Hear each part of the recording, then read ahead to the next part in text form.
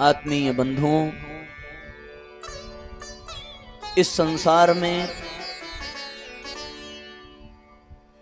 कर्मों के अनुसार जीव की गति होती है। वो जैसा करता है तदनुसार उसे उन लोकों की प्राप्ति होती है। उसके अपने कर्म ही उसकी परिस्थितियों के जन्म दायिनी हैं। जैसा करता है वैसी ही परिस्थितियां उसके जीवन में विनिर्मित हो जाती हैं।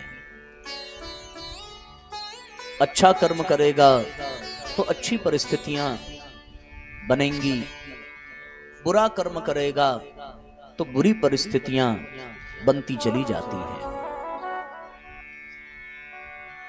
और फिर अपने द्वारा किए गए कर्म के परिणाम स्वरूप प्राप्त परिस्थितियों में उलझा हुआ वो जीव सदैव नाना प्रकार के कष्ट पाता है। कभी उन परिस्थितियों में उसे सुख की भी अनुभूति होती है तो कभी दुख की अनुभूति होती है। यदि तुलना की जाए तो सुख के क्षण कम दिखाई पड़ते हैं और दुख की अवधि बहुत बड़ी दिखाई पड़ती है। दुख आने पर जीव व्याकुल हो जाता है, कातर भाव से कुछ परमात्मा को पुकारते हैं तो कुछ परमात्मा को उलाहना देते हैं।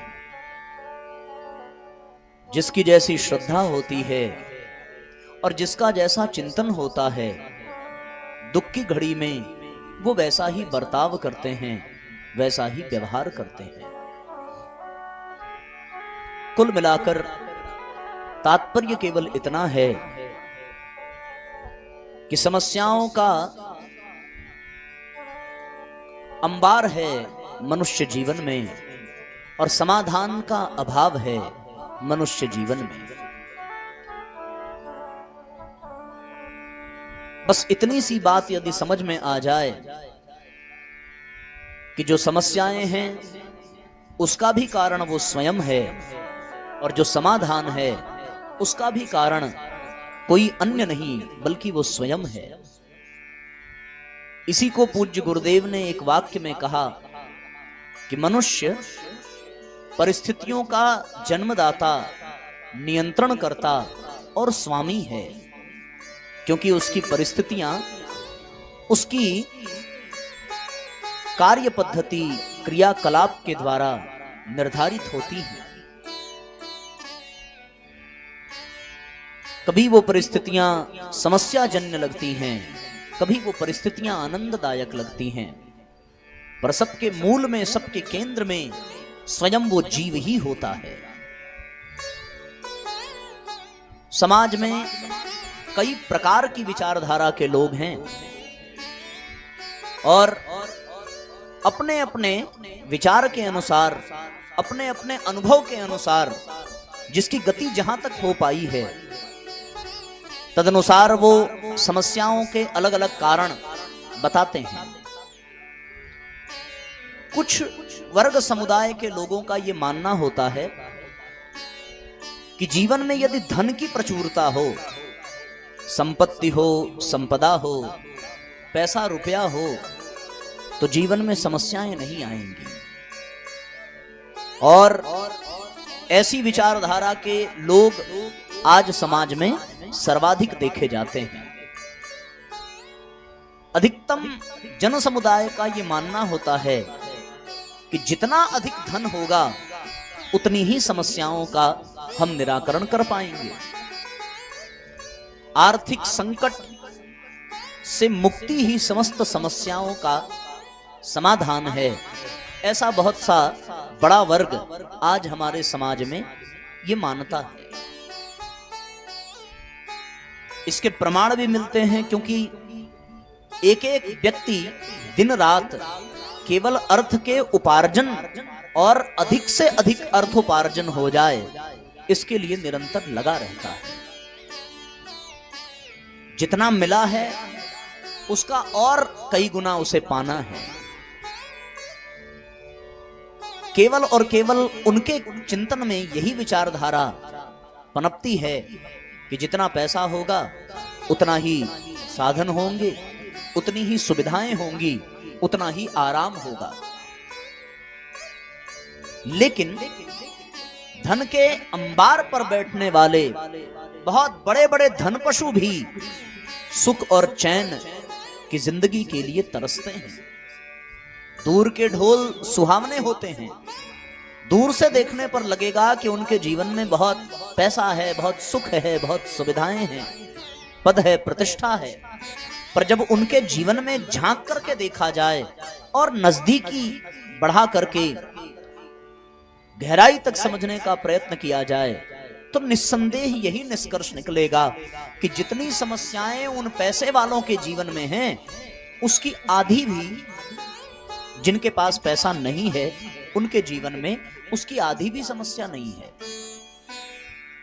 लोगों को यह लगता है कि पैसे वाले बहुत सुखी हैं। एक बड़ा प्यारा प्रसंग आता है कि एक बार सिकंदर सारी दुनिया को जीतने निकला और युद्ध में विजयी होते होते वो हिंदुस्तान आया। उसके गुरु ने कहा था कि जब भी तुम हिंदुस्तान जाना और हिंदुस्तान में युद्ध करने से पहले वहां किसी संत के जरूर दर्शन करना और उनका आशीर्वाद जरूर लेना। गुरु की आज्ञा थी सो सिकंदर ने माना और यहां जब वो आया तो आकर के एक संत के पास पहुंचा। संत उस समय सूर्योदय में सूर्य का ध्यान कर रहे थे। जिधर मुख करके वो ध्यान कर रहे थे उनके ठीक सामने सिकंदर आकर के खड़ा हो गया। सिकंदर की परछाई संत के ऊपर पड़ने लगी। संत ने अपने नेत्र खोले और सिकंदर से पूछा, कहो कौन हो तुम? उसने जवाब दिया, मैं सिकंदर महान। संत ने कहा, सिकंदर तक तो ठीक था पर तुमने स्वयं को महान कैसे कह दिया? सिकंदर ने उत्तर दिया कि भगवान, मैं सिकंदर महान इसलिए हूं क्योंकि मैंने जीवन में आज तक जितने भी युद्ध किए हैं एक भी युद्ध में पराजित नहीं हुआ। संत ने पूछा, इन युद्धों को करने का तात्पर्य क्या है? क्यों इतनी लड़ाइयां लड़ रहे हो?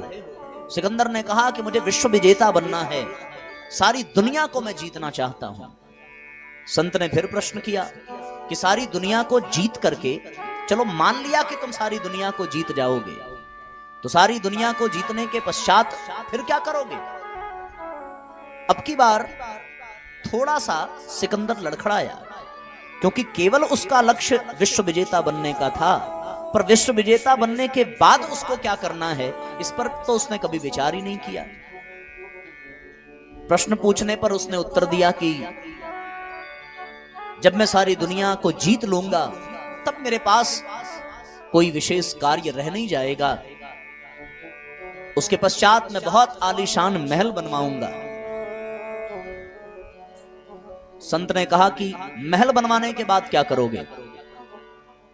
सिकंदर के पास कोई विशेष उत्तर तो था नहीं। उसने उत्तर दिया कि महल बन जाएगा तो फिर उसमें आराम से विश्राम करूंगा।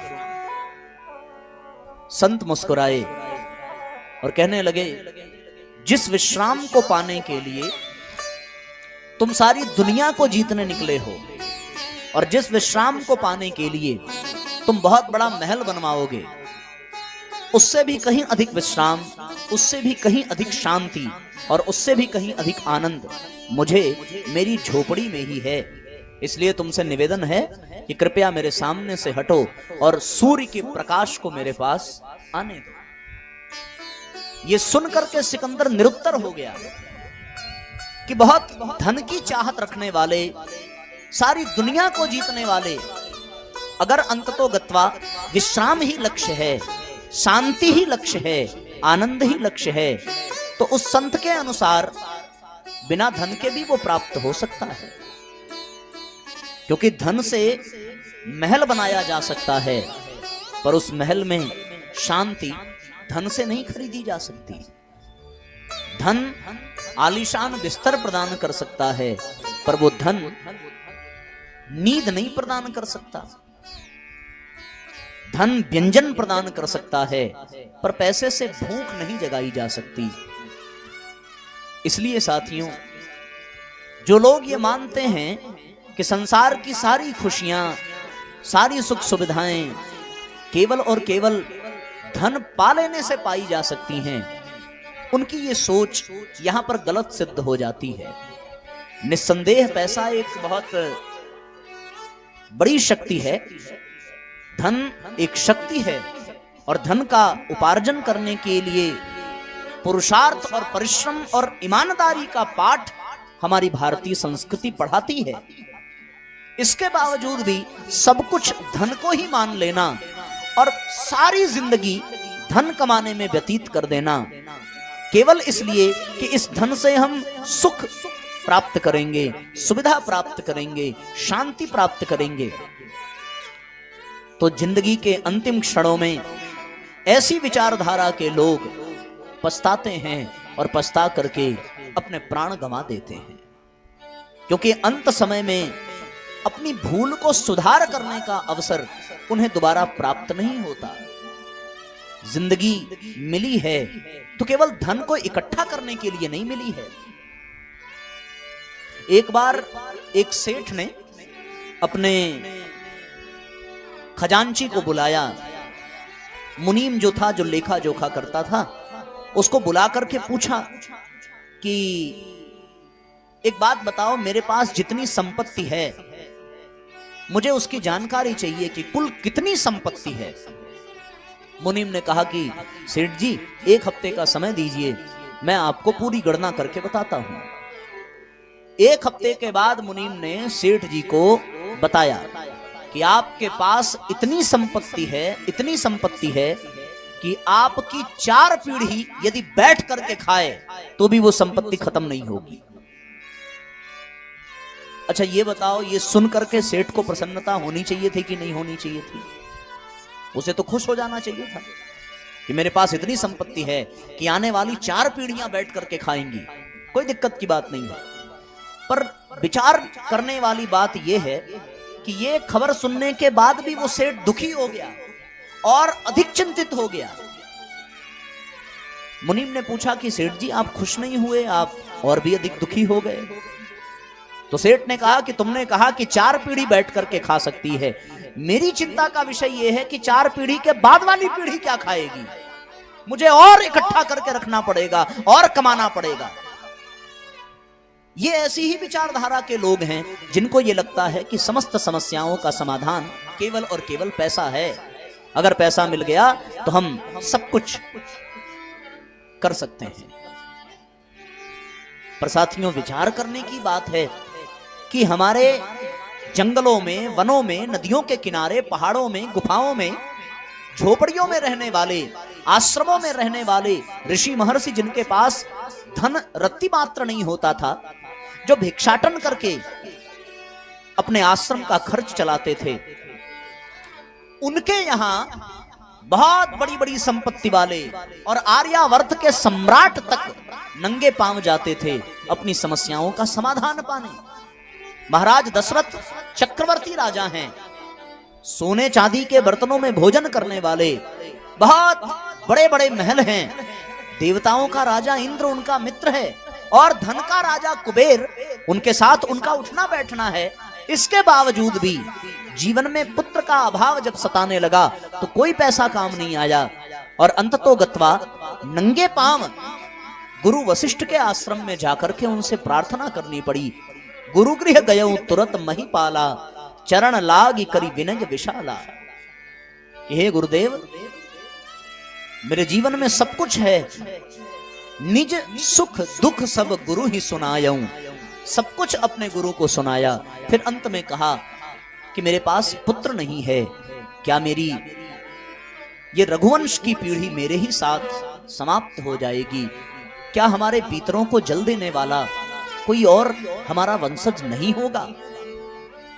तो विचार करके देखो, क्या ये समस्याएं केवल धन से सुलझाई जा सकती हैं, कदापि संभव नहीं है साथियों। ठीक है, पैसा आवश्यक है। बड़ा प्यारा एक भजन हम लोग गुनगुनाते हैं। उस भजन का बहुत सुंदर संदेश है कि वास्तव में पैसा जरूरी है, लेकिन इतना भी नहीं कि जिंदगी भर पैसे को कमाने के लिए परिवार से दूर रहें, स्वास्थ्य को चौपट करें और अंत में उसी स्वास्थ्य को बचाने के लिए कमाए हुए धन को भट्टी में झोंकने का काम करें। तो फिर ऐसे धन को कमाने का क्या लाभ? कोई लाभ मिला नहीं। एक आदमी था, वो बेचारा बड़ा उदास था। एक संत उनके पास गए और उसकी उदासी का कारण पूछा। तो उस व्यक्ति ने कहा कि महाराज, इस वर्ष मुझे 2 करोड़ का घाटा हो गया। कितना? 2 करोड़ का।